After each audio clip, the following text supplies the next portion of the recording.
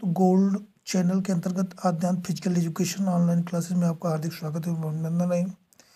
हम आपको जैसा कि पार्ट वाइज पढ़ाते हैं, आज शारीरिक शिक्षा की शिक्षण विधियाँ, training methods of the physical education के अंतर्गत हम आपको ये बताएंगे कि हमें शारीरिक शिक्षा में किस विधि के माध्यम से शिक्षण की व्यवस्था की गई है। शारीरिक शिक्षा की शिक्षण विधियों में सबसे पहले आपको ये बताएंगे कि शारीरिक शिक्षा शिक्षण पद्धतियों को हम 3 भागों में बांट सकते हैं। पहला है शारीरिक शिक्षा, दूसरा है शिक्षण, तीसरा है पद्धतियाँ। शारीरिक शिक्षा सामान्य शिक्षा का वह एक विभिन्न अंग है जिसमें हम शारीरिक क्रियाओं के माध्यम से बालक के शारीरिक, मानसिक, आध्यात्मिक, सामाजिक एवं नैतिक शक्तियों का विकास करते हुए संपूर्ण व्यक्तित्व का विकास करते हैं। ये शारीरिक शिक्षा की परिभाषा है, इसको हम पहले भी जान चुके हैं। दूसरा आता है शिक्षण। शिक्षण क्या है? शिक्षण प्रक्रिया या साधन है जिसके माध्यम से विद्वान अथवा अनुभवी शिक्षार्थी अपरिपक्व अथवा अनुभवहीन बच्चों या सदस्यों को जीवन में सफल होने या सामाजिक रूप से संबोधित होने में मार्गदर्शन करते हैं। ये हमारी शिक्षण विधि है। और उसके बाद आती है पद्धतियाँ। पद्धतियाँ जो होती हैं, पद्धति एक कला है जिससे किसी भी कार्य को सफलतापूर्वक पूर्ण किया जाता है। और पद्धति जो होती है एक पथदर्शन है जो लक्ष्य की ओर ले जाती है। पद्धति मंजिल की सफलता के लिए मार्गदर्शक है। तीनों बात एक ही है। इसको हम HS अटवाल एंड मुन्ना सिंह के द्वारा ये बात कही गई है। फिर अब हम आते हैं इम्पोर्टेंट पॉइंट की ओर चलते हैं। प्रतियोगिता क्या है? तो प्रतियोगिता एक सुनियोजित श्रृंखलाबद्ध संगठनात्मक आयोजन है जिसका परिणाम विजेता के रूप में प्रत्यक्ष होता है। यह प्रतियोगिता, इसके अलावा प्रतियोगिता को हम दूसरी परिभाषा दे सकते हैं कि प्रतियोगिता एक ऐसा आयोजन है जिसमें खिलाड़ियों के खेल को कौशलों का सामूहिक प्रदर्शन होता है तथा इसमें प्रथम व द्वितीय एवं क्रमशः स्थानों का निर्णय होता है। अब हम अगले पॉइंट की ओर पढ़ते हैं कि प्रतियोगिता में योग्यता का प्रभाव। जो प्रतियोगिता होती है इससे हमें क्या मिलता है? तो आपको बता दें कि प्रतियोगिता से जो होती है वो उस टीम की योग्यता का प्रभाव पता लगता है और इससे खेलों का प्रचार भी होता है, एक माध्यम है और मनोरंजन का साधन भी है। अगर आप चाहेंगे तो कोई भी खेल से आपको मनोरंजन हो जाएगा और इस खेल का प्रचार करने के लिए प्रतियोगिता अति आवश्यक है। प्रतियोगिता का मुख्य लक्ष्य प्रसिद्धि है। अगर हम किसी प्रतियोगिता में कोई भी टीम जीतती है तो उसकी एक प्रसिद्धि होती है। कोई भी नॉकआउट कोई प्रतियोगिता हो जिसमें अगर कोई भी टीम जीतेगी तो उसका क्षेत्र में, देश में और विश्व में प्रसिद्धि प्राप्त होगी। और आपको सबसे बता दें इम्पोर्टेंट और मुख्य पॉइंट ये है कि एथलेटिक्स जो होती है, जो एथलेटिक्स क्रिया होती है, खेल कूद और ये थ्रो इवेंट्स होते हैं, वो जिसको हम एथलेटिक्स कहा जाता है, कि प्रतियोगिता की रानी भी कहा जाता है। तो इसमें हम आपको बता दें कि एक मात्र टीम इवेंट्स जो होता है वो रिले रेस होता है, बाकी जितना भी होता है वो सब सिंगल होता है। चलिए हम इन इम्पोर्टेंट पॉइंट को, महत्वपूर्ण बिंदुओं को बताते हुए अगले क्वेश्चन की ओर बढ़ते हैं। अब आपको हम 24-25 महत्वपूर्ण क्वेश्चनों को कराएंगे। तो आपको हम सबसे पहले बता दें कि विषय वाइज जो हमारा पहला क्वेश्चन है, विषय और बालक के अनुकूल एक निश्चित ढंग से शिक्षा देने को क्या कहते हैं? तो आपको हम बता दें कि इसको कहते हैं प्रभावशाली शिक्षण विधि, सही शिक्षण विधि, गतिविधि शिक्षण विधि और प्रशिक्षण। तो आपको बता दें ये है विधिगत प्रशिक्षण। दूसरा क्वेश्चन नंबर 2, जो होता है, हम आपको बता रहे हैं कि विद्यार्थी, विषय वस्तु और शिक्षक को मिलाने की प्रक्रिया को हम क्या कहते हैं? शिक्षण कहते हैं, शिक्षा कहते हैं, प्रशिक्षण कहते हैं और अधिशिक्षण कहते हैं। तो आपको बता दूं कि ये जब विद्यार्थी और शिक्षक दोनों मिलकर बात जब करते हैं तो इस प्रक्रिया को हम शिक्षण कहते हैं। विकल्प नंबर ए सही है। अगले क्वेश्चन की ओर हम बढ़ते हैं। क्वेश्चन नंबर 3, प्रत्यक्ष और स्वयं अनुभव करके ज्ञान प्राप्त करने वाली विधि को क्या कहा जाता है? निगमन विधि, आगमन विधि, दोनों, इसमें से कोई नहीं। तो अब हम आपको बताएं कि प्रत्यक्ष और अनुभव दोनों जब होता है तो इसको हम कहते हैं आगमन विधि। विकल्प नंबर बी सही है। अगले क्वेश्चन को पढ़ते हैं। ह्यूरिस्टिक मेथड का आविष्कार किसने किया? फ्रोबेल ने, जॉन डेवी ने, प्लेटो ने और आर्मस्ट्रांग ने। तो इसको हम आपको बता दूं कि विकल्प नंबर डी सही है। आर्मस्ट्रांग ने इस विधि, ह्यूरिस्टिक विधि जो होती है, ह्यूरिस्टिक मेथड जो है, इसका आविष्कार आर्मस्ट्रांग ने किया था। अगले क्वेश्चन को पढ़ते हैं। शिक्षा जब बालक को किसी काम करने के माध्यम द्वारा दी जाती है तो इसे हम क्या कहते हैं? मतलब कहने का मतलब इनके ये है कि यदि शिक्षा को हम किसी बालक को काम करवाने के रूप में देते हैं तो हम उसको क्या कहते हैं? निगमन विधि, विधिगत विधि, क्रिया विधि, प्रोजेक्ट विधि। तो आपको जानना होगा, जानना चाहिए भी कि अगर हम काम करने के लिए कोई भी करते हैं तो उसको हम क्रिया विधि के अंतर्गत रखते हैं। तो विकल्प नंबर सी सही है। अगले क्वेश्चन को पढ़ते हैं। शिक्षा के लिए खेलों का प्रयोग सर्वप्रथम किसने किया? कहने मतलब खेल में शिक्षा जिसको कहते हैं, इसका प्रयोग सबसे पहले किस मनोवैज्ञानिक ने किया था? जॉन डेवी ने, कॉल्डवेल कुक ने, आर्मस्ट्रांग ने, फ्रोबेल ने। तो आपको बता दूं विकल्प नंबर बी सही है। कॉल्डवेल कुक ने खेल में शिक्षा का आविष्कार किया था सर्वप्रथम। अगले क्वेश्चन की ओर बढ़ते हैं। खेलों को शिक्षा का साधन किसने कहा है? प्लेटो ने, आर्मस्ट्रांग ने, फ्रोबेल ने, कार्ल ग्रूश ने। तो ये बात जो है खेलों को शिक्षा का साधन कार्ल ग्रूश ने किया है। कार्ल ग्रूश, विकल्प नंबर डी सही है। अगले क्वेश्चन को होता है किंडरगार्टन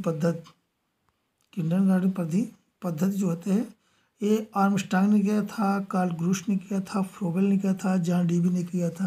तो आपको बता दूं कि किंडरगार्टन पद्धति का जो जन्मदाता हैं, इनको हम फ्रोबेल कहते हैं। फ्रोबेल ने किंडरगार्टन पद्धति की आविष्कार किया था। क्वेश्चन नंबर 9 की ओर बढ़ते हैं। किस विधि में खेल, खिलौनों, कहानियों, गीतों और खेलों द्वारा शिक्षा दी जाती है? प्रोजेक्ट विधि, किंडरगार्टन विधि, निगमन विधि और ह्यूरिस्टिक विधि। तो आपको बता दूं कि ये फ्रोबेल द्वारा रचित जो है बनाई गई किंडरगार्टन पद्धति है। इसमें खेल, खिलौनों, कहानियों, गीतों के माध्यम से शिक्षा दी जाती है। अगले क्वेश्चन की ओर बढ़ते हैं। मॉन्टेसरी विधि का जन्मदाता कौन है? Helen Parkhurst, doctor Maria Montessori, John Dewey, Carl Lewis. तो आपको पहले बता दूं कि मॉन्टेसरी पद्धति कहा गया है। तो इसमें जो डॉक्टर मेरिया मॉन्टेसरी हैं, इन्होंने ही इस विधि की खोज की थी, मैंने इस विधि को प्रस्तुत किया था। इस विधि के जन्मदाता कहे जाते हैं। अगले क्वेश्चन की ओर बढ़ते हैं। क्वेश्चन नंबर 11, शिक्षण की कौन सी विधि ज्ञानेंद्रियों को प्रशिक्षण पर बल देती है? ज्ञानेंद्रियां हमारे अंदर जो ऐसी इंद्रियां होती हैं जिसको हम महसूस करके तैयार करते हैं, जिसको हम ज्ञानेंद्रियां कहते हैं। तो इसको किस विधि के द्वारा जाना जाता है? ह्यूरिस्टिक विधि, किंडरगार्टन विधि, मॉन्टेसरी विधि और प्रोजेक्ट विधि। तो आपको बता दूं कि ये मॉरियो मॉन्टेसरी जो हैं, इन्होंने जिस विधि की स्थापना की थी, मारियो मॉन्टेसरी मतलब मॉन्टेसरी विधि, इसी के माध्यम से हम शिक्षण को ज्ञान इंद्रियों के द्वारा महसूस करते हैं। अगले क्वेश्चन को पढ़ते हैं।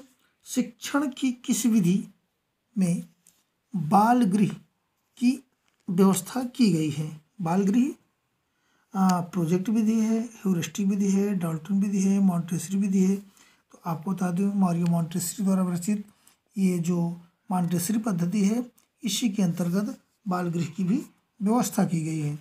अगले क्वेश्चन को 13 की ओर हम बढ़ते हैं। शिक्षण की डाल्टन विधि का आविष्कार किसने किया था? डाल्टन विधि की हेलेन पार्कहर्स्ट ने, कार्ल ग्रूज ने, जॉन डीवी ने, फ्रोबेल ने। तो आपको बता दूं कि जो डाल्टन पद्धति है इसका आविष्कार हेलेन पार्कहर्स्ट ने किया था। विकल्प नंबर ए सही है। अगले क्वेश्चन की ओर बढ़ते हैं। Question number 14। शिक्षण की किस विधि में छात्र को कार्य पूर्ण करने के लिए कॉन्ट्रैक्ट करना पड़ता है? ये कौन सी विधि है? प्रोजेक्ट विधि है, ह्यूरिस्टिक विधि है, मॉन्टेसरी विधि है, या फिर डाल्टन योजना है? तो आपको बता दूं कि डाल्टन योजना के अंतर्गत जो होते हैं, इस विधि के अंतर्गत छात्र को कार्य पूर्ण करने के लिए एक कॉन्टेस्ट की आवश्यकता पड़ती है। अगले क्वेश्चन को बढ़ते हैं। किस शिक्षण विधि में क्लास टीचर नहीं होते हैं? ऐसी कौन सी विधि है जिसमें न क्लास होता है न टीचर होते हैं? क्लास टीचर माने क्लास टीचर का मतलब होता है ऐसा टीचर जो अपनी क्लास को एकत्र करे। तो ऐसी योजना जो होती है वो डाल्टन योजना के अंतर्गत आती है। विकल्प नंबर ए सही है। अगले क्वेश्चन को बढ़ते हैं। क्वेश्चन नंबर 16 के लिए। विद्यार्थियों का प्रगति सूचक रेखा चित्र किस विधि में से संबंधित है? मतलब कौन सी ऐसी विधि है जिसमें विद्यार्थियों को प्रगति सूचक माने 0, 1, 2, 3, 4, 5 माने कहने मतलब एक महीने में कितना सीखा और 5 महीने में कितना सीखा, इस सूचकांक को जो चित्रबद्ध किया जाता है, ये कौन सी पद्धति के अंतर्गत आता है? तो किंडरगार्टन पद्धति, डाल्टन योजना, खेलकूद विधि, मॉन्टेसरी विधि। तो आपको बता दूं ये डाल्टन विधि है। डाल्टन विधि के अंतर्गत ऐसी व्यवस्था की गई है। अगले क्वेश्चन को हम बढ़ते हैं मित्रों। जो हमारे क्वेश्चंस हैं बड़े बता दें कि ये सूचकांक रेखा वाला जो क्वेश्चन है, क्वेश्चन नंबर 16, इसका है डाल्टन विधि द्वारा। अगले क्वेश्चन को हम बढ़ते हैं 17। शिक्षण का प्रोजेक्ट विधि का आविष्कार किसने किया था? मतलब शिक्षण में जो प्रोजेक्ट विधि है इसका आविष्कार किसने किया था? जॉन डीवी ने, J.A. स्टीवेंस ने, किलपैट्रिक ने, फ्रोबेल ने। आपको बता दूं कि ये जो प्रोजेक्ट विधि की स्थापना शिक्षण में की गई थी, इसको किलपैट्रिक ने किया था। विकल्प नंबर सी सही है। अगले क्वेश्चन को बढ़ते हैं। शिक्षा का संबंध बालक के जीवन में होना चाहिए और निश्चित उद्देश्य की प्राप्ति होनी चाहिए। यह किस विधि के द्वारा किस विधि से संबंधित है? डाल्टन योजना, किंडरगार्टन पद्धति, ह्यूरिस्टिक विधि, प्रोजेक्ट विधि। तो आपको बता दूं कि ये प्रोजेक्ट विधि है। प्रोजेक्ट विधि के अंतर्गत ऐसी व्यवस्था की गई है। क्वेश्चन नंबर 19 की ओर बढ़ते हैं। शिक्षण का सिद्धांत कौन नहीं है? क्रिया का सिद्धांत, रोचकता का सिद्धांत, जीवन से संबंधित सिद्धांत और चर्चा का सिद्धांत। तो आपको बता दूं कि इसमें रोचकता का सिद्धांत जो होता है नहीं, विकल्प नंबर 4 सही है। चर्चा का जो सिद्धांत है ये जो है शिक्षण के सिद्धांत के अंतर्गत नहीं आता है। अगले क्वेश्चन को हम बढ़ते हैं। Question number 20। और कौन सा शिक्षण सूत्र नहीं है? कौन सा शिक्षण सूत्र नहीं है? ज्ञात से अज्ञात की ओर, सरल से कठिन की ओर, शिक्षा क्रिया से विभाजन की ओर, विश्लेषण से संश्लेषण की ओर, स्थूल से सूक्ष्म की ओर, संपूर्ण से विभिन्न अंग की ओर, व्यवहारिक से बौद्धिक ज्ञान की ओर, विशेष से सामान्य की ओर, अनिश्चित से निश्चित की ओर। तो आपको हम अगर इस सारे विकल्पों की व्याख्या करने लगेंगे तो बहुत ज़्यादा टाइम जाएगा। तो आपको मैं सीधा सीधा बताता हूँ कि ये जो क्रिया एवं विभाजन है इस सिद्धांत ये शिक्षण सूत्र नहीं है। और ज्ञात से अज्ञात माने ज्ञात का जो ज्ञात है उससे अज्ञात की ओर माने अनंत की ओर, सरल से कठिन की ओर, कम ज्ञान से ज़्यादा ज्ञान की ओर, क्रिया से विभाजन ये नहीं है, विश्लेषण से संश्लेषण तक, स्थूल से सूक्ष्म तक। तो इसमें जो विकल्प नंबर सी है, क्रिया से विभाजन की ओर, ये विकल्प नंबर सी सही है। अगले क्वेश्चन की ओर बढ़ते हैं। 21, शिक्षण का पाठ स्थूल से शुरू होना चाहिए और सूक्ष्म के अंत किसने कहा था? किलपैट्रिक ने, स्पेंसर ने, जॉन डीवी ने, कार्ल ग्रूज ने। तो आपको बता दूं कि स्पेंसर का ही कथन है कि शिक्षण का पाठ स्थूल से शुरू होना चाहिए और सूक्ष्म के अंत तक होना चाहिए। अगला क्वेश्चन 22, शारीरिक शिक्षा में किस क्रियाओं में आदेश विधि का प्रयोग किया जाता है? तो आपको बता दूं कबड्डी एक गेम है, इसमें सारे बच्चे जो है 7-7 की टीम होती है। कबड्डी के बारे में हम बताएंगे अगले अपने टॉपिक स्कोर। नृत्य जो होता है इसमें आदेश नहीं रहता, इसमें देख के प्रदर्शन विधि द्वारा होता है। फुटबॉल भी एक खेल है, इसमें खिलाड़ियों के द्वारा खेला जाता है। जो ड्रिल एंड मार्चिंग है ये आदेश का पालन करता है। इसमें एक कमांडर होता है जो आदेश करता है, दाएं मुड़, बाएं मुड़, सामने चल, इस तरह के जो आदेश की प्रक्रिया होती है इस विधि में ड्रिल एंड मार्चिंग में होती है। तो इसमें विकल्प नंबर सी सही है। अगले क्वेश्चन को बढ़ते हैं। शारीरिक शिक्षा में खेल का कौशल बताने के लिए सबसे अच्छी विधि कौन सी होती है? कहने का मतलब है शारीरिक शिक्षा में जो खेल का कौशल होता है उसको सिखाने के लिए कौन सी विधि सबसे अच्छी होती है?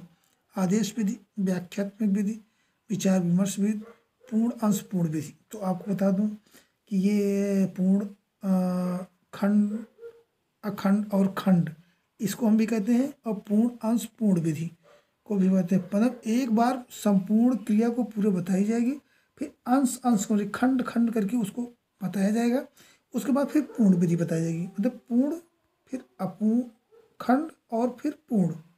इस विधि का प्रदर्शन सबसे महत्वपूर्ण होता है, सबसे अच्छा होता है शारीरिक शिक्षा में खेल और कौशल को सीखने के लिए। तो विकल्प नंबर डी सही है।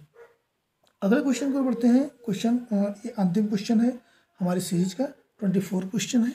और क्वेश्चन नंबर में शारीरिक शिक्षा में खिलाड़ी किस विधि के द्वारा अच्छी तरह से सीखता है? स्वेच्छा विधि, विचार विमर्श विधि, प्रदर्शन विधि और भाषण विधि। तो आपको बता दूं विकल्प नंबर सी सही है। इसमें प्रदर्शन विधि, पहले एक बार जो कोच होता है, प्रशिक्षक होता है, वो प्रदर्शन करके किसी भी खिलाड़ी को दिखाता है, उसके बाद उसका फिर जो उसका मतलब विद्यार्थी है, कुछ वो है क्या कहते हैं, सीखने वाला है, फिर उसी प्रदर्शन के माध्यम से वो सीखता है।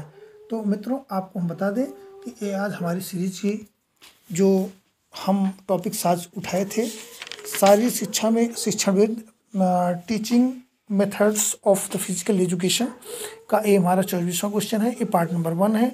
अभी इसके और 1-2 पार्ट बनेंगे।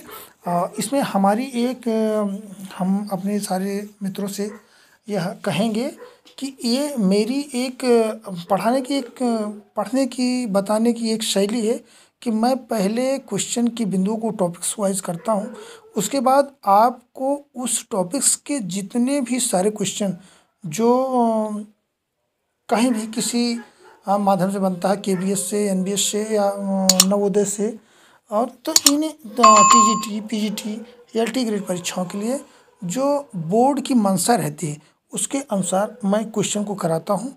और ये मेरी सबसे अच्छी विधि मैं अपने आप को मानता हूँ, महसूस करता हूँ, और मैं चाहता हूँ कि आप सारे मित्रों को ये बात मेरी अच्छी लगेगी।